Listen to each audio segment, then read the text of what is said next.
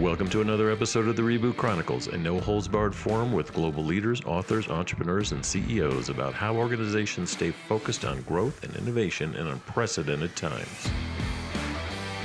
I'm your host, Dean Tobias, coming to you live from Reviv's North American headquarters in Chicago, and we would like to thank you for joining us from around the globe today. Welcome.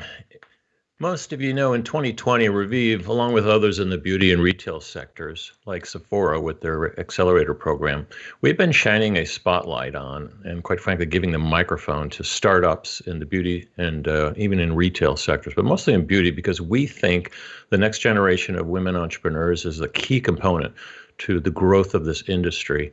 And today we have another one of those indie brands with us. Meghan Maupin is here, the co-founder and CEO of Atolla. And we're going to talk about the future of skincare and the impact of an AI-powered skin data technology has on the ability for entrepreneurs to actually start new companies, whatever the sector is. So, Meghan, it's good to see you. Thanks so much for having me. Yeah, you're looking good there. I assume you're on the East Coast still, working from home, but you guys have a pretty for a startup, you're probably one of the most advanced indie brands we've had on this year in terms of growth and definitely innovation. But maybe just to back up, just tell everyone a little bit about the company. It's a little different mix of products and services that they're used to. Yeah, so we have both a digital and a physical product. So Atolla is a subscription for custom skincare. So we create custom serum formulations based on an at-home skin test, measuring oil, moisture, pH, and combining that with someone's lifestyle, environment, the other products in their routine. So the way that it works is that someone does the skin test, we create the serum, and then each month we adapt the serum to the way that their skin is changing. So it always suits their skin needs. So it's a subscription model that, am I going to get something every month or whenever I want? How's it work? Mm-hmm. Nice. And I'm always interested, why people start companies. So you had co-founders. You guys, I think you were all at MIT at the time. Tell us about why did you do this?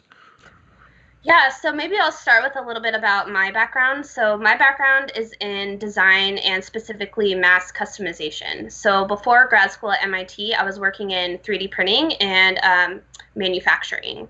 When I got to grad school at MIT, it's obviously a very stressful time. I started experiencing skin issues that I had never had before. So I had these new allergic reactions that would show up on my face. And so I started keeping a skin diary, trying to figure out, was I allergic to something I was eating, ingredients, stress, combination of all of those things, and what were the patterns. And I found it was really hard for me just as an individual to see the patterns and figure out what should I use and not use for my face.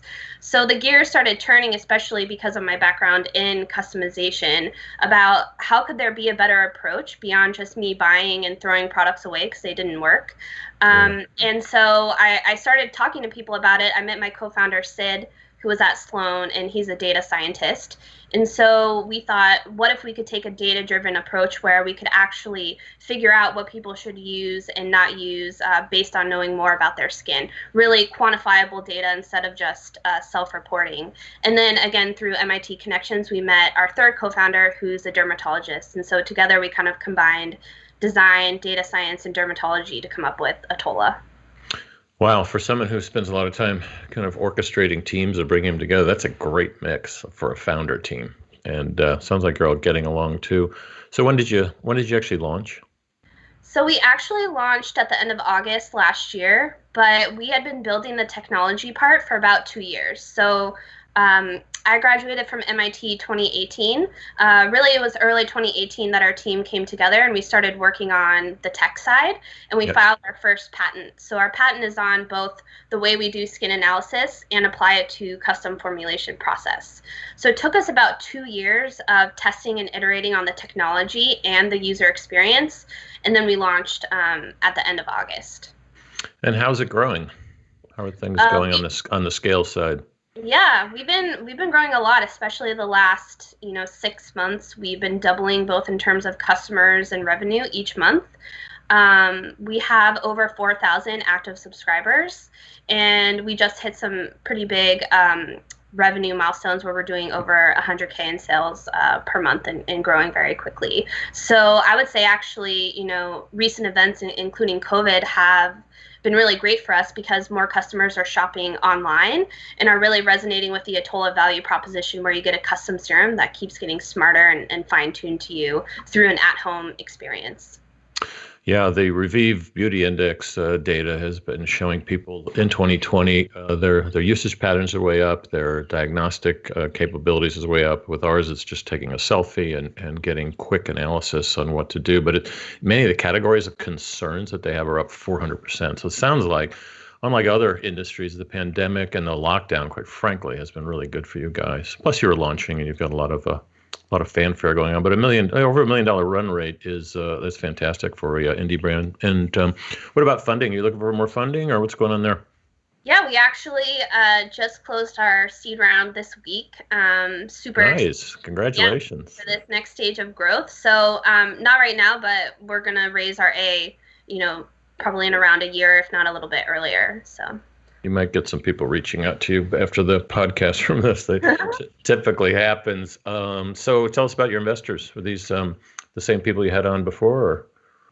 Yeah, so our pre-seed investor is called Brand Project. They were such a great complement to our founding team. As you called out, we're all kind of different variations of product. Mm-hmm. Brand Project invests in D2C subscription businesses. So their other companies include Freshly, Daily Harvest, Gainful, Persona Vitamins. So they really know the subscription space, which is such a great complement to us. Coming from the product like innovation side. And then they led our pre-seed, they joined our seed, and then our other seed investor is Lyra Growth Partners. They are also experts in health and wellness, so we're really excited to kind of have the right mix of people around the table, both our backgrounds in the technology and product and dermatology side, plus investors with really strong consumer and subscription experience. Right. It sounds like a complicated business, mixing custom formulas. How have you kind of met that challenge? Yeah, I mean, you're right. It is complicated, and kind of managing a custom physical product as well as having a skin analysis, a web app, dashboards, tracking, etc. I don't think we would have been able to build this unless we had had the whole system in mind from the very beginning. Yeah. I will say some of the things that really helped us is both myself and our VP of Ops come from a manufacturing and custom manufacturing background. So we thought about scale early on from the way we designed the entire system. We run our own fulfillment center. We have a modular customization process and kind of fine-tune our formulas with the data. So the data actually goes hand in hand with kind of giving us an advantage around scaling the formulations and forecasting what we're going to need to have at what time of year, what geographies, et cetera. And would you see much competition in the space? I know there's one company in the UK that we know about that are doing custom one-to-one. It's been talked about for years. So it seems like the timing is perfect these days because you've got AI, you've got data, you've got the capability for small mass manufacturing, kind of perfect storm, if you will. But do you see this as a trend, or is it going to be just a niche category for, so if one of the big guys was on the program, they'd say, well, that's just a small little segment. We're doing mass market cosmetics and products and things. So where do you see it going?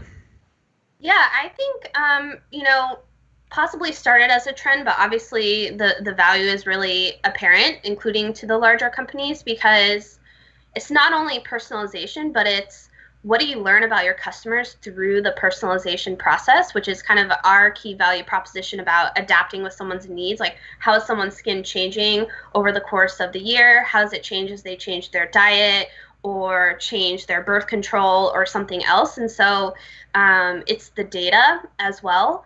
And I think that there's a lot of personalized companies who are doing it via quiz. I think what's interesting about what we're doing is the skin analysis component and that added layer of physical data like for pH, for example, oil, moisture levels, and tracking those trends over time. You know, how are women in LA different than women in New York?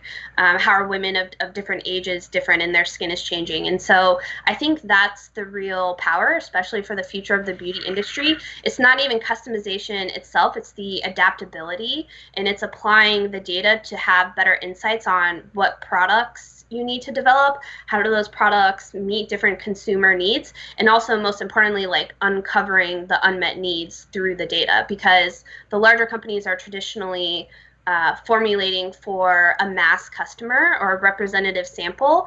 And so we're kind of flipping the model and not saying we're designing this and figuring out who it will work for. We're using the data to tell us what we need to make. Right. Yeah, it's flipping the model for sure.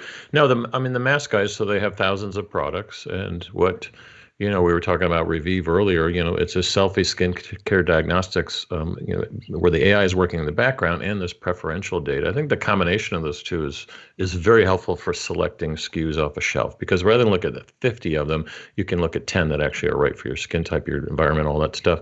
And then you actually take that to the next level. You actually send an in-home kit. What is that testing all about? Yeah, so the at-home skin test has oil, moisture, pH test. For the first 10 months of Atolla, we also had a preference test because we also found preference was incredibly important. So we were sending people different textures ranging from water to oil, and everything in between. And the reason we stopped doing that is actually we have enough data to have a really strong predictive model on that. Right. But the other ones we're still testing and having people test each month. So the oil test, you do both your forehead and your cheek because those zones can all be And different. it's like a swab thing. Yeah, it's a swab and it interacts with your skin in about 10 to 15 seconds and it changes color. And then you take a photo of it on our app and it will calibrate the percentage Ah, great. and percent Yeah. oil. So So you don't unlike have to send it back. unlike some other ones, yeah, you have to send them back. Yeah, yeah. Yeah.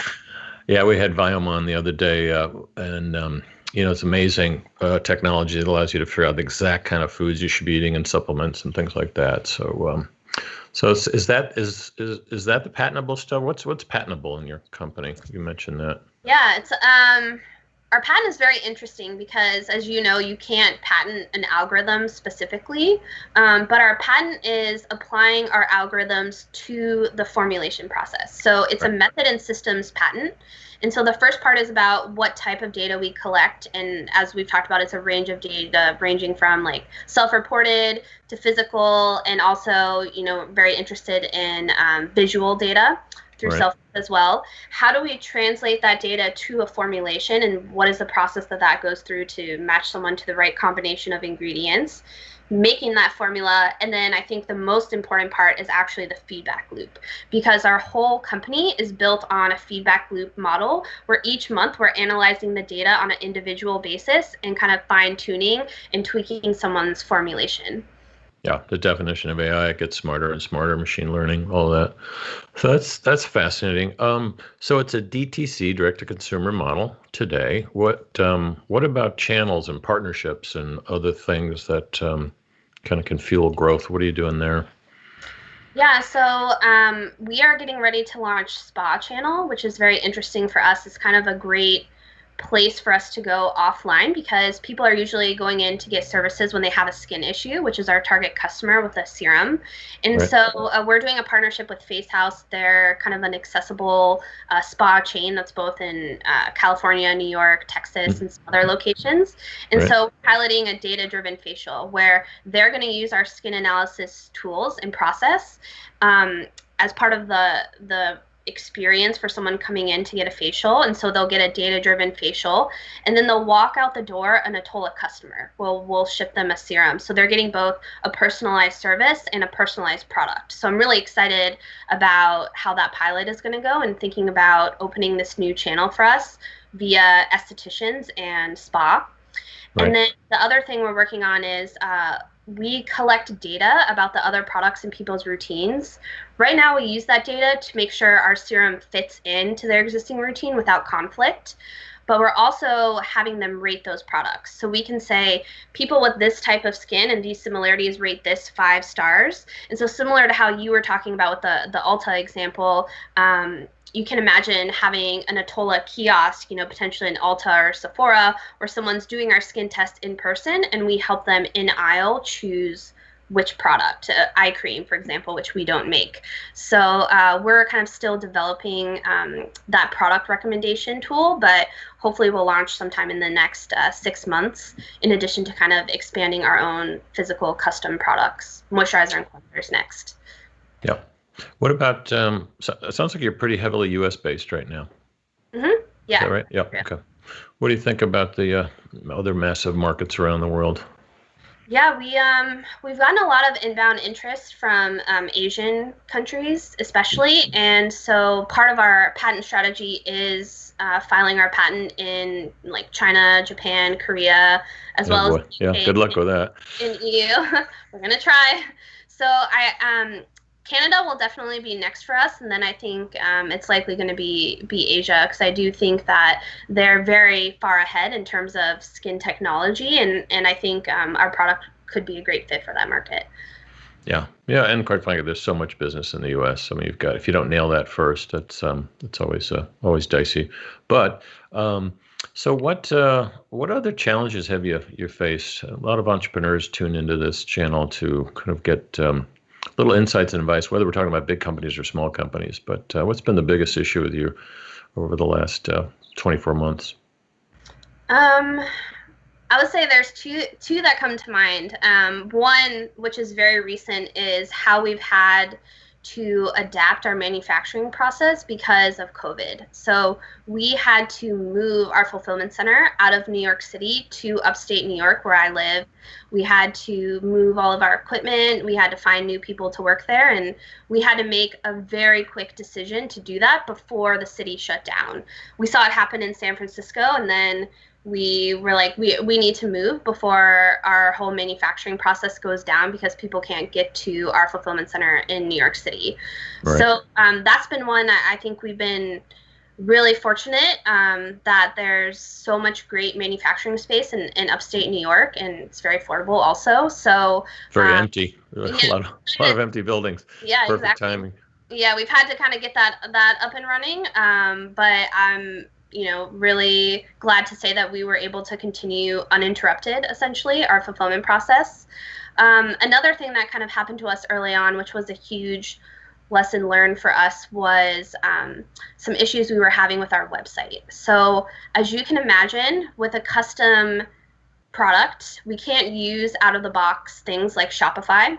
We had to build our own custom store, admin portal, etc. There are so many paths that a customer could go through that will determine a different product. And so I will say that we did not have as much automated testing set up when we first launched. That problems with our website were actually someone couldn't check out with their custom formulation or what have you, because of all the different user paths, really kind of hindered us in our first couple months after launch, and we had to completely rebuild our website, pause marketing, and then start over again, which was great to rebuild the foundation. It was the right thing to do, but it kind of set us back from what our initial goals were. So I can't emphasize how important it is to test, especially with automated testing, swarm testing, etc. And sometimes, even if it means you would have to delay your launch, it's probably the right thing to do to avoid a situation like we got in, where customers were trying to give us money and they couldn't.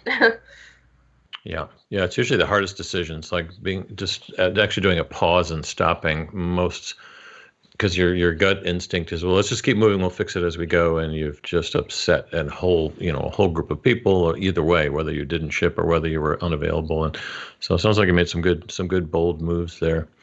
Shifting back to the industry, why is it? Why don't you think some of the larger brands? Let's just pick the top 5 houses in beauty and cosmetics and even health and wellness, but let's just beauty and cosmetics. Why aren't they doing more of this? Some of them are trying. So Skinsay is Believer's version of what we're doing. I think that the biggest reason why they're not doing it to the scale that we're doing, and the kind of like custom formulation versus custom routine is because they're limited by their manufacturing and distribution systems. So most of those brands, any of them ranging from Unilever to L'Oreal, they're manufacturing their different brands in their house at the same manufacturing facilities.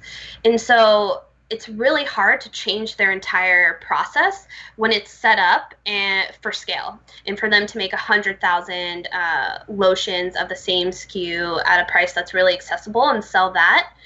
And so in addition to the manufacturing system, it's also the distribution system. So they don't have the direct relationships with the customer where they can do what we're doing, which is get data in exchange for giving someone a better product. They don't have that direct line because they're not direct to consumer. And so I think what I've heard from a lot of them is that they're looking at what some of the smaller brands are doing, because it's a lot faster for the smaller brands to innovate.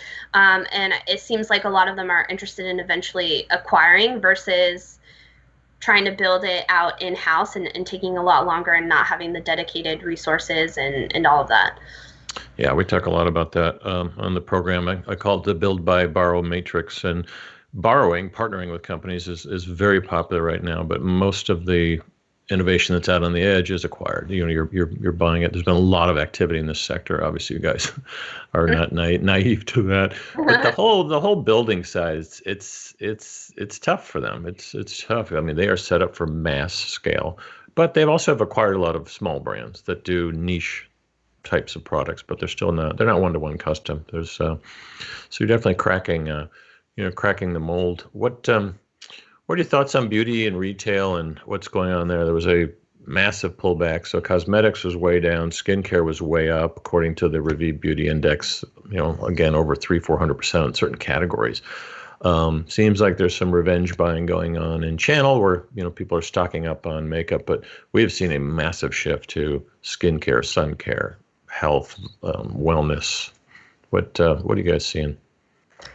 Yeah, seeing the same. I think retail is going to have to be reimagined, because in the next several years, I don't see things like testing products in store, as most people are used to buying, is really working. So going in, trying a sample of something on their hand, I don't think any retail is going to have samples anytime soon.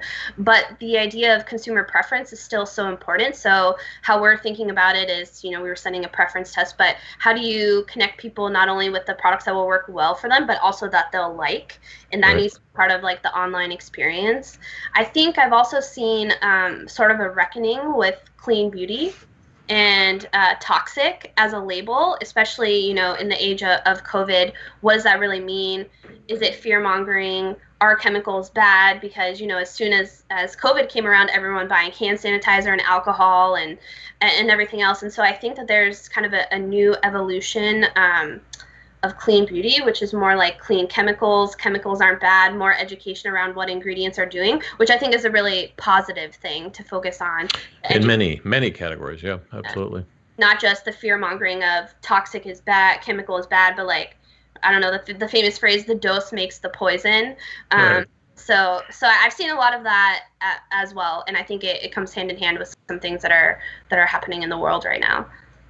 Yeah, we just had the founders or the founder and the CEO of Credo on, and a couple others. So, small retail footprint, but only backing indie brands that are clean, and they've got their dirty list and all types of things. And I see that as a very, very proactive trend. But again, when you look at the big mass manufacturers, it's a tough shift. Mm-hmm. It's tough to get out of the. So I assume you guys aren't using anything bad in your serums and your formulas, or no, the word bad. Maybe the word bad isn't the right one, but you know what I mean. I would say our formulations are very safe. We do have a dermatologist co-founder who selects all of our ingredients. But the other thing to consider for us is that most of our customers have sensitivities and allergies. So we kind of take it a step further. We don't add essential oils, fragrance, etc., because we know our consumer base is someone who has a hard time buying drugstore products, because like myself, they have like allergies to a lot of those ingredients. So that's an important part of our process, as well as formulating around allergies. Yeah, another trend we're seeing in retail, especially helping a lot of them get back up off the ground right now, is they've all invested a lot of money in hardware, whether it's mirror technology or tablets, whatever, and they're experiencing a bit of a hardware hangover because they realize that the people just want to use their own phone. If there's something they're more comfortable with touching, it's more personal, whether you're taking a selfie of your face or whatever, just checking out. So we're seeing use your own device as a mass trend there. And the beauty sector has a lot to gain from it. There's so much data and information. You're seeing companies like Walgreens finally start to bring their disparate data sets together so they can learn more about the customers. So no matter what they're doing, whether they're taking a selfie in the store or whether they're checking out or entering the point system, they've all had these different silos. And those companies are used to, monitoring SKUs, right? And yours is a whole different approach. Do you really have SKUs? I mean, you've got custom for Emily. What you're going to send me is different from what you're going to send our producer Juan, right? Yeah. We don't have SKUs. We do modular customization, so we can keep track of different modules and test those and combine them for different end combinations. Right. I do think that what we do a lot of is inventory forecasting around ingredients based on time of year, based on what we know about skin concerns and oil and moisture levels. And that overall helps us manage raw ingredient inventory. Because we can predict, for example, that most people will want to use a heavier oil base in the wintertime, and so we have less of water bait and things like that. So right. We've done a lot of work around scaling our ops, and I'll give our VP of Ops a lot of credit, but I do think we have the unique background to kind of be able to combine the data in the ops side. That's more your internal looking. I just meant more from an external, how does it play in retail? It's like, well, usually it's like, hey, these are my 10 products. I want to get them on shelf. The good news is you don't have to do that. You don't have to take up a lot of shelf space. Yeah, an interesting counterpoint to that too is that because products need to live on a shelf, like a traditional, let's just say moisturizer, it needs to have a shelf life of 2+ years because it has to go through more in come the ingredients right there. Yeah, and they get diluted by the heavy amount of preservatives. And so the other innovative thing about a direct-to-consumer monthly model is that you don't have to dilute the formulas as much because they don't need as long of a shelf life as 2 years sitting on a shelf. So that's why we can actually deliver higher amounts of active ingredients to people. Yeah, it makes a lot of sense. Less additives. By the way, we really enjoyed having you on today. I was just trying to think of the audience out there. You've given them a couple tips, but you're one of the best indie brands we've seen this year in terms of scale and growth, and really attacking a market in a smart way and figuring out the ecosystem and launching and not looking back.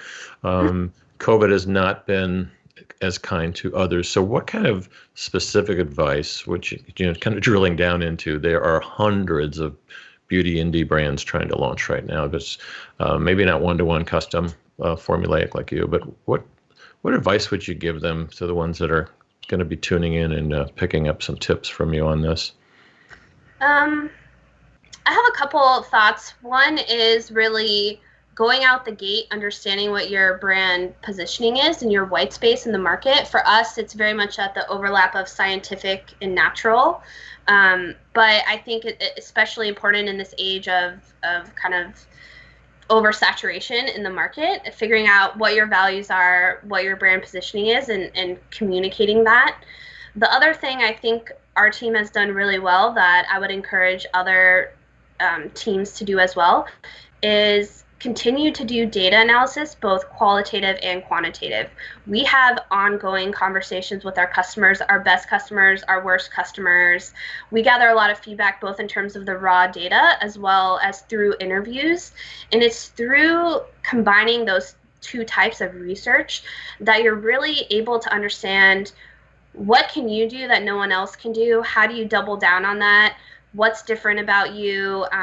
What can you do better? Why are people churning or why? And so, but it's not only something that you do before you launch, it's something that you have to do all throughout. And that's something that our team does really well, I would say, that we always have a pulse on the customer needs and kind of adapt our process and our product accordingly.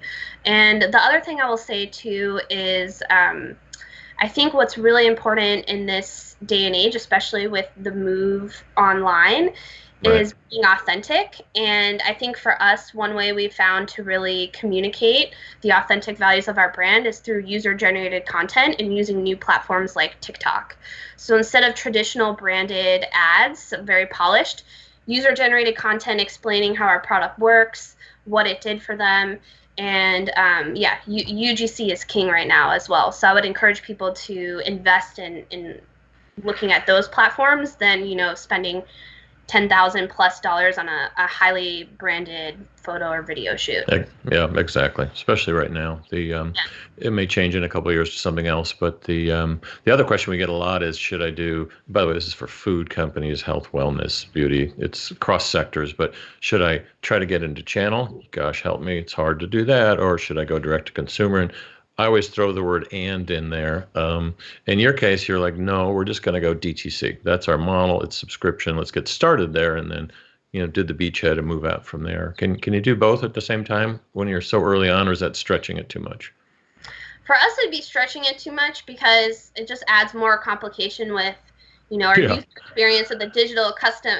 We already have so much going on the product side that the Yeah. channel side, we really just need to focus. And so for us, we also are using D2C and Facebook and Instagram advertising to drive a lot of traffic to our website in a short period of time to test. So that was the other part of our strategy too, is like, how do we learn as much as as quickly as possible about messaging?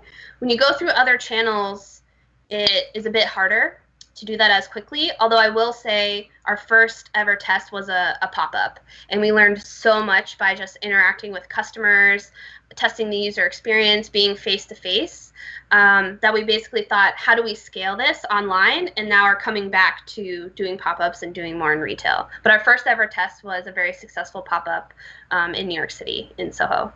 Yeah, yeah, the good old pop-ups. They'll never go Yeah. away. It's Yeah. always good, even in the digital world. Well, Megan, really appreciate having on. You've been listening to excuse me, Meghan Maupin from Atolla, a really cool startup that's customizing skin formulas and all types of skincare products. So check them out on the web. We'll put a link in the podcast, and it's good to see you. Take care. Yeah, thanks so much for having me. You're welcome.